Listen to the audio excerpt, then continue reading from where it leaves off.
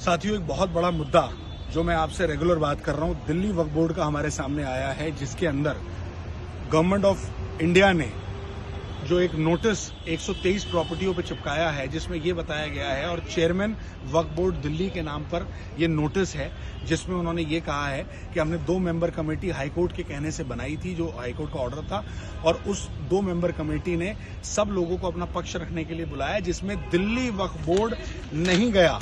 ये साफ तौर से इसमें लिखा हुआ है कि दिल्ली वक्फ बोर्ड उसमें नहीं गया। दिल्ली वक्फ बोर्ड ने कोई इंटरेस्ट नहीं दिखाया और दिल्ली वक्फ बोर्ड ने कोई ऑब्जेक्शन फाइल नहीं किया। इसका मतलब जो कांग्रेस की सरकार ने 2014 में ये 123 प्रॉपर्टियां, वक्फ की प्रॉपर्टियां जो वक्फ बोर्ड के अधीन करी थी, जो वक्फ बोर्ड को दी थी, उनको पूरी तरीके से दिल्ली वक्फ बोर्ड ने वापस दिलवा दिया गवर्नमेंट को, कोई ऑब्जेक्शन ना देके।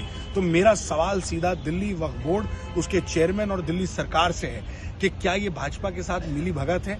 क्या ये दिल्ली वक्फ बोर्ड के चेयरमैन को जिस तरीके से सीबीआई, ईडी और आईटी के लोगों ने बुलाया था और उनसे पूछताछ करी थी और उनको जेल भी जाना पड़ा था, क्या उसका कॉम्प्रोमाइज किया है या इन प्रॉपर्टियों का किसी के साथ डील हुई है?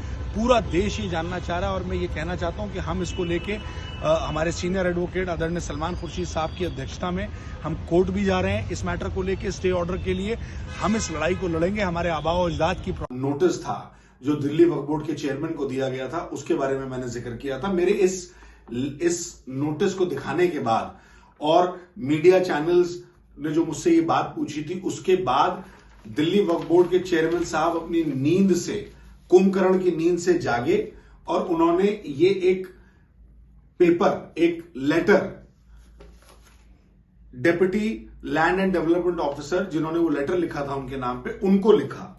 अब इसमें ये कह रहे हैं, चेयरमैन साहब ये कह रहे हैं कि भैया हमारा तो जो ये मैटर है, ये जनवरी में ऑलरेडी हमने कोर्ट में इसको पिटीशन को फाइल कर रखा है 2 मेंबर्स की कमेटी के खिलाफ। तो मैं आपसे पूछना चाहता हूं चेयरमैन साहब कि अगर आपने कोर्ट के अंदर ये पिटीशन फाइल करी थी, कोर्ट ने कोई ऑर्डर दिया था, कोई इंटरिम ऑर्डर पास हुआ था, कोई स्टे ऑर्डर पास हुआ था, कोर्ट ने उसमें 8 महीने बाद की डेट दी, तो इसका मतलब क्या हुआ? अगर कोर्ट इन 2 मेंबर्स की कमेटी पर स्टे ऑर्डर नहीं लगाता या इंटरिम ऑर्डर नहीं पास करता, तो इसका मतलब यह होता है कि ये कमेटी वैलिड है और इस कमेटी के पास आपको जाके अपना पक्ष रखना है।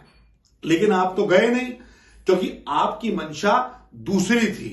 जो मैं कह रहा हूं उसको दोबारा बोल रहा हूं, क्या ये सीबीआई, ईडी और इनकम टैक्स डिपार्टमेंट का जो डर है, उसकी वजह से कॉम्प्रोमाइज तो नहीं किया गया? क्या इन जमीनों को किसी के साथ साठगांठ में, क्या इनको कोई और इसके ऊपर षड्यंत्र तो नहीं है? ये सवालिया निशान है। और मैं गवर्नमेंट ऑफ इंडिया से भी ये मांग करता हूं कि इसकी जांच भी होनी चाहिए कि ऐसा क्यों हुआ है, ये क्यों नहीं गए वहां पर अपना पक्ष रखने के लिए। झूठ पर झूठ वक्फ बोर्ड के चेयरमैन बोले चले जा रहे हैं। इन झूठों से आप बच नहीं सकते। दिल्ली की जनता और देश की जनता के सामने और खास तौर से मुस्लिम समाज के सामने ये दोगला चेहरा जाहिर हो चुका है। इसको बचाया नहीं जा सकता, क्योंकि जो आपकी मंशा थी, अल्लाह परवरदिगार आलम, वो पाक बेनियाज ऊपर है, वो सब चीजों को